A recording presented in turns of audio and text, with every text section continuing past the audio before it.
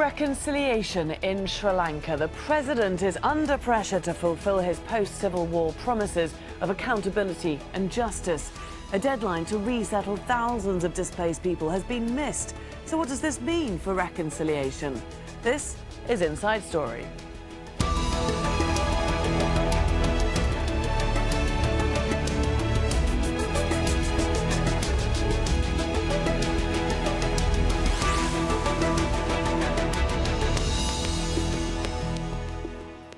Hello and welcome to the programme. I'm Laura Kyle. It's been 7 years since the civil war in Sri Lanka ended. The 30-year conflict fell largely along ethnic lines. And President Maithripala Sirisena has said reconciliation is one of his top priorities. But thousands of ethnic Tamils from the country's north still haven't been able to return to their homes. The government had promised to resettle them by the end of last month. Manel Fernandez has this report from the northern city of Jaffna. Revati has lived in this camp since she was 12 years old. She's one of thousands of Sri Lankans who fled from the fighting between government troops and separatist Tamil tigers. Revati says she's waiting to go back home. Things will be better on our own land. We can make a living fishing, cultivating or rearing chickens or goats. What can we do in these cramped spaces? We have no facilities here. Over 40,000 Tamils have lived in so-called temporary camps for more than 26 years. After they fled their homes, the military took over the land as part of what it calls high security zones. Sri Lanka's new government has returned 1,371 hectares of land to private owners since taking office. In January, President Maithripala Sirisena said he would rehouse the remaining displaced within 6 months. That deadline is up, but thousands still remain in camps. The former head of a local council in northern Tamil area says the government must act fast. These people are disappointed that even at the end of 6 months, just 200 acres have been returned. The new government seems committed to returning occupied lands, but they must do this without delay. During the presidential campaign, Sirisena promised to return those who've been displaced. A promise that won him and his coalition important Tamil votes. The question here is the negotiation between the defense and the president. That's all. There is nothing else. No one else is holding us back. 26 years of neglect have taken their toll on properties still standing. Broken down and overgrown, lands like this don't seem like much. But for their owners who've waited more than 25 years to return, it's great to be back. 60-year-old Rasaya Nyanaranjan is overjoyed to be back. We met him while he was helping local authorities identify old roadways in the latest block of land to be returned. We were born in this soil. We lived here. We can continue with our heritage and resume the legacy of our ancestors who built themselves up from this land. He says there's hardly a trace of the houses that once dotted this area, including his own. Back at the camp, Revati is hoping that her children will have the opportunity to grow up in the same place she did. Manel Fernandez, Al Jazeera, Jaffna.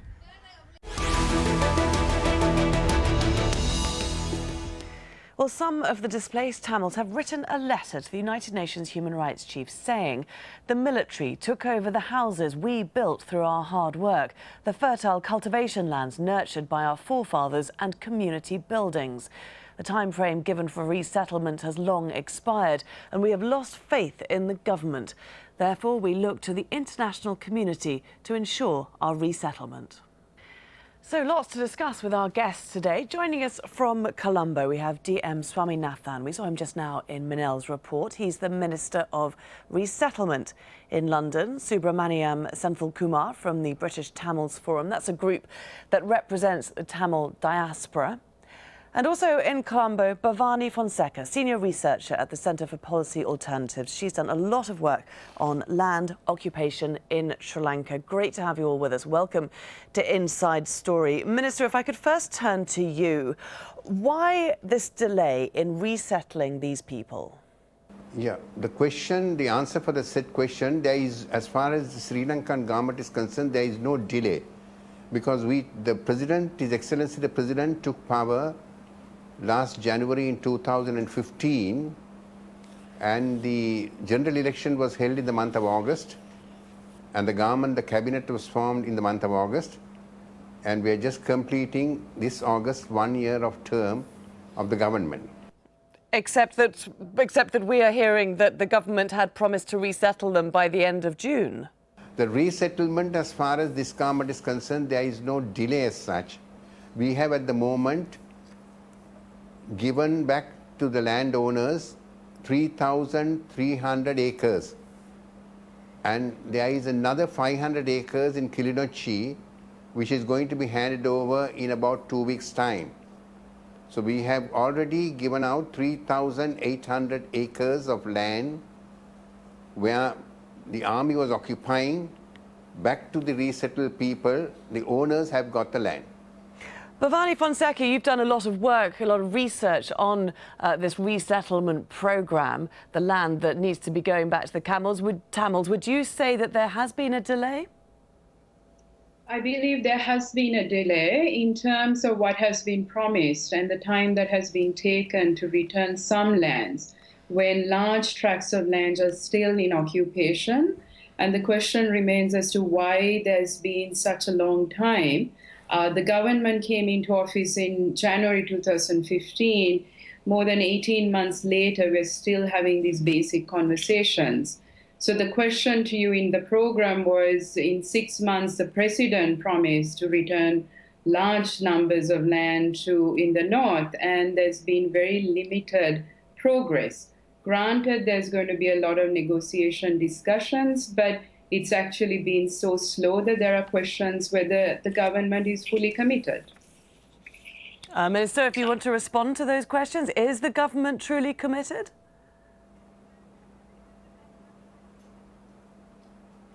Definitely the government is truly committed. I don't understand why the said question is asked, because His Excellency the President has made it very clear and the intentions are very good, and we are making every single effort to give the lands that has been taken over by the armed forces back to the owners.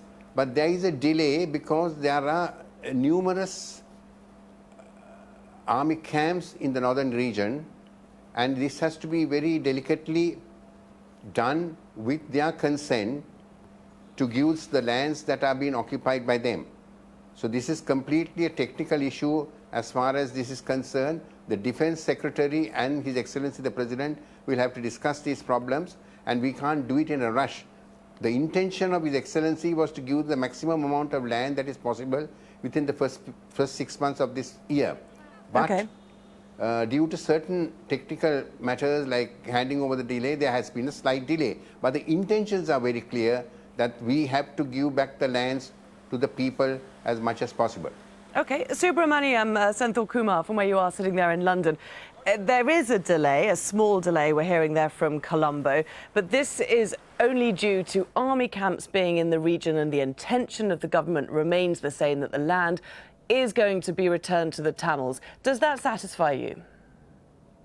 It certainly does not satisfy the victims. Victims have been displaced since 2009, and it has taken several years. At least the Sri Lankan government has moved from denial to acceptance that there has been crimes against humanity committed. So it should not have taken that long. The reality is, out of 69,900 something acres, only, well, it was 2,500 and something on 1st of March 2016, but the minister says they've issued some more, so that's 3,800. It is a very small percentage. So the reality is the poor victims are suffering in their own land. And from where you're sitting, what is causing this delay? It's the unwillingness of the army to accept the change. As far as British Tamils Forum is concerned, the resolution 30/1 should be fully implemented. All we are getting now is mixed messages from the foreign minister, the president and the prime minister. So while there is disagreements within the three core people, there is also issues within the army itself and the reluctance to part with any land. And there is 150,000 army in the northern province alone. And if you look at some of the European countries, it's like 2-3 European countries put together to achieve 150,000. DM Swaminathan, why is it so difficult to remove these army camps? Yeah, they have been embedded there for the last 20 years. Army camps are there during the war, and probably now within 1 or 2 years we can't get them out of the land. So there has to be a consolidation of the armed forces, and subsequently if the consolidation does take place, then there is a great possibility of the lands to be released. But why is it so difficult to get the army off the land? Surely you just say to the army, leave the land, and they have to leave. It is not as easy as you question me. There has a certain procedure. We have to handle it very delicately with the armed forces. There are certain reasons behind it. I'm not in a position to say that now because I'm not the Defense Secretary. But they are negotiating all possible ways of getting the lands as far as possible and to be given back to the original owners. Bhavani, what are those certain reasons behind the military's reluctance to leave these lands in the north and the east? Well, I can't comment on what the government says the reasons are, but from our information and the research we've conducted, it's very much the military has been there for years, actually, in some areas, decades, several decades, and returning lands which have been actually profitable in terms of economic benefits. Hotels have been constructed in some of these areas, farms have been constructed. So there is also the issue of it's not just the national security issue, it's also there is an economic dimension.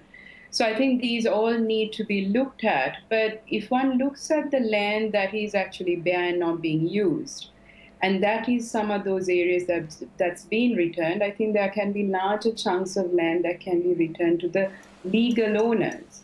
Now, if you look at what happened this year and last year in the eastern province, in the Sampur Trincomalee district, there was leadership by the president, definitely, that was very welcome, but also conversations with the district actors, the civil administrators, and the military to decide that land has to be returned.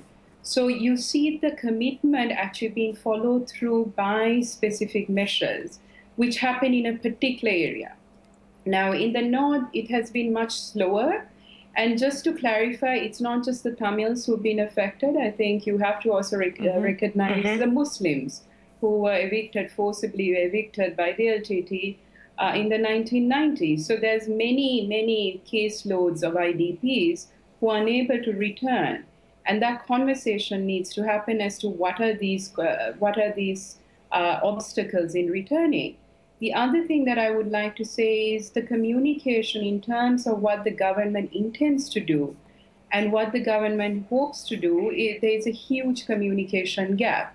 So if the government is really having this conversation and plans to release more land, that should be communicated to the victims, to the administrators, to everyone, because there is silence.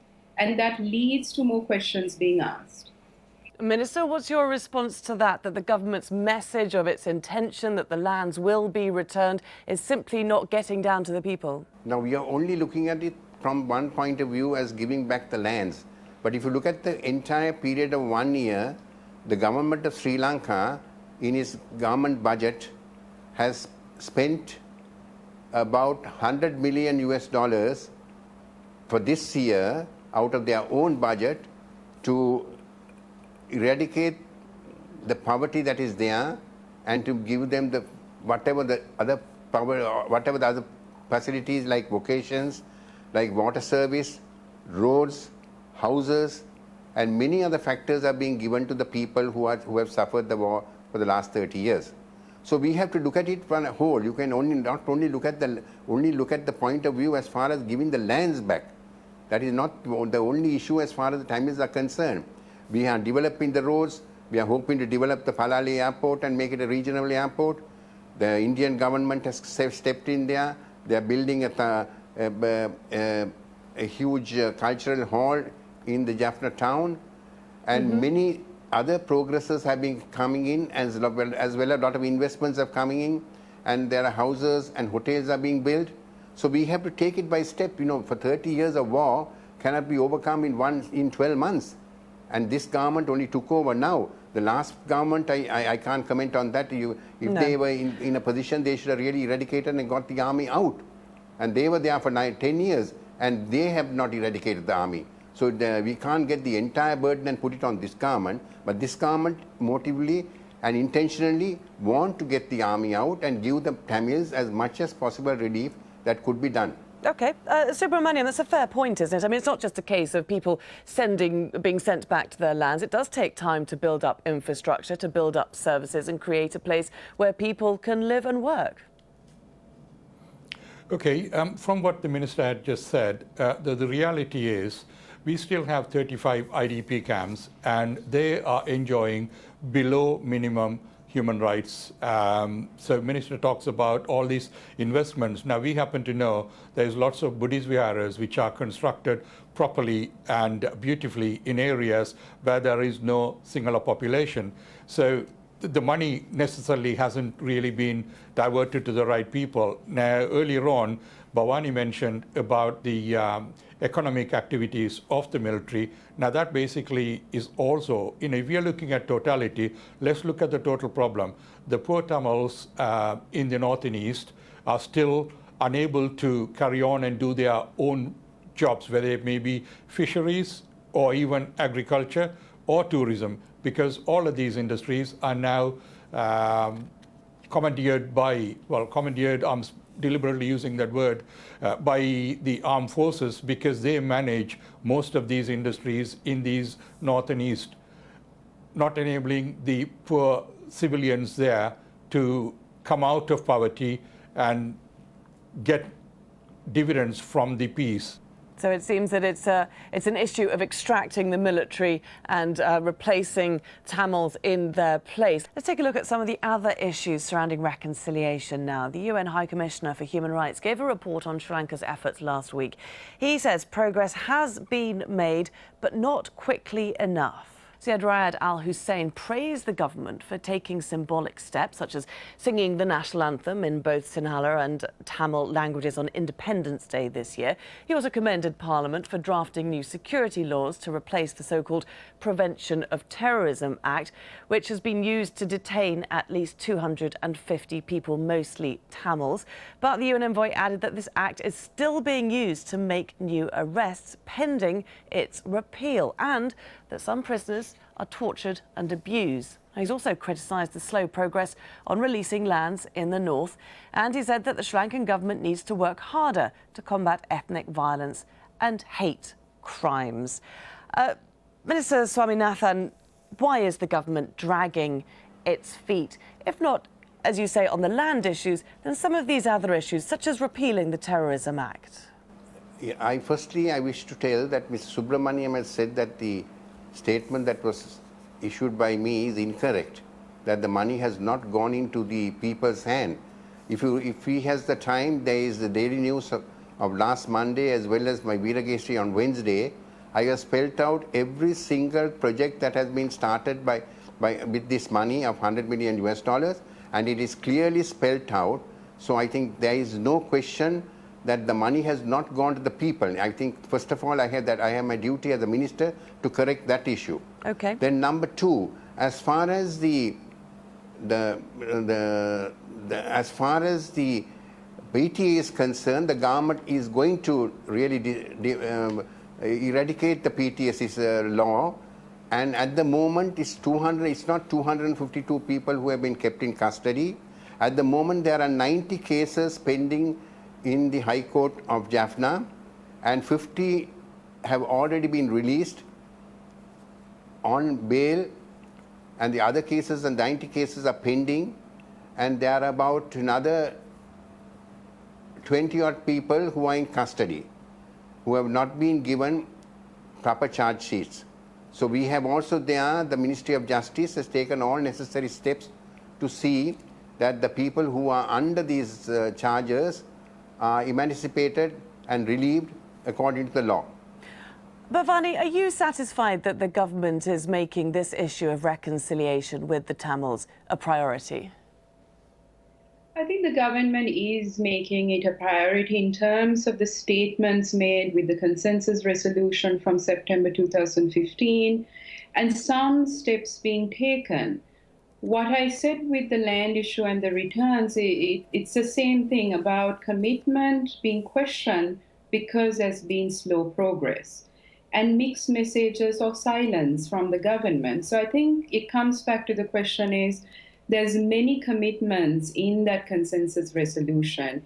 There's mechanisms the government has promised, there's a legal reform, and several confidence-building measures. So in terms of what's being committed to in September and what we are seeing now, there are lots of questions being asked. And the High Commissioner's oral report last week raises some of these concerns as civil society in Sri Lanka that we've been raising for months and weeks.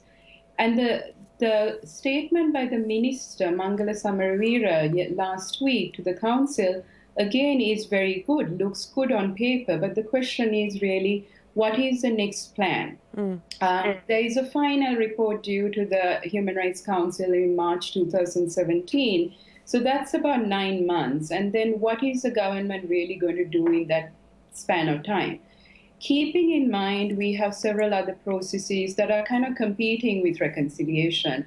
The constitutional reform process, electoral reform, the whole economic issue. So there's different issues that are getting the government's commitment and attention, but the whole issue is what happens to transitional justice, what happens to the mechanisms. And one good thing that the government has done in the last several weeks is setting up this Office for Missing Persons, the OMP. Again, civil society welcomed this, but the concern with the process was also raised because it was a very much a closed-door process till civil society, some in Colombo, a call for consultations. So I think there's many areas that need to be improved, but one has to recognize there is a shift from the last couple of years. And that needs to be recognized. Subramaniam, what would you say that the government does need to do? And do Tamils or the Tamil community have faith in the Sirisena government to do it? Okay, without being wished to be rude, Tamil community does not have any confidence on the government, hence the reason why it is insisting on the international involvement in the judiciary, prosecution and investigators.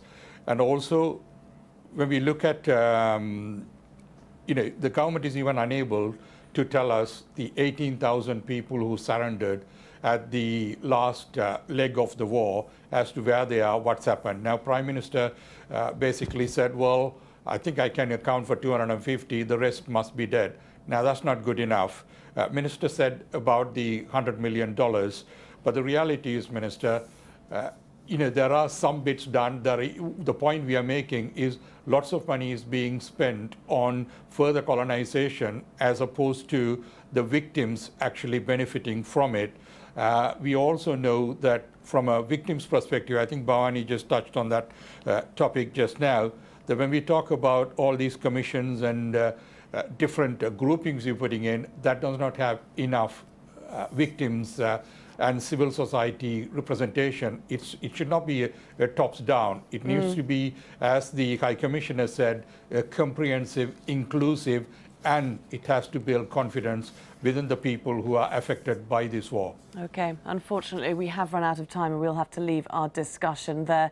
I'm sure it will continue long after we come off air, though. Thanks very much to all of our guests today for joining us. Minister D.M. Swaminathan, Subramaniam, Senthilkumar and Bhavani Fonseka. And thank you too very much for watching. You can see the programme again anytime by visiting our website, that's aljazeera.com. And for further discussion, do go to our Facebook page, that's facebook.com/AJ Inside Story. And you can also join the conversation on Twitter. Our handle is @AJ Inside Story. From me, Laura Kyle, and the whole team here, bye for now.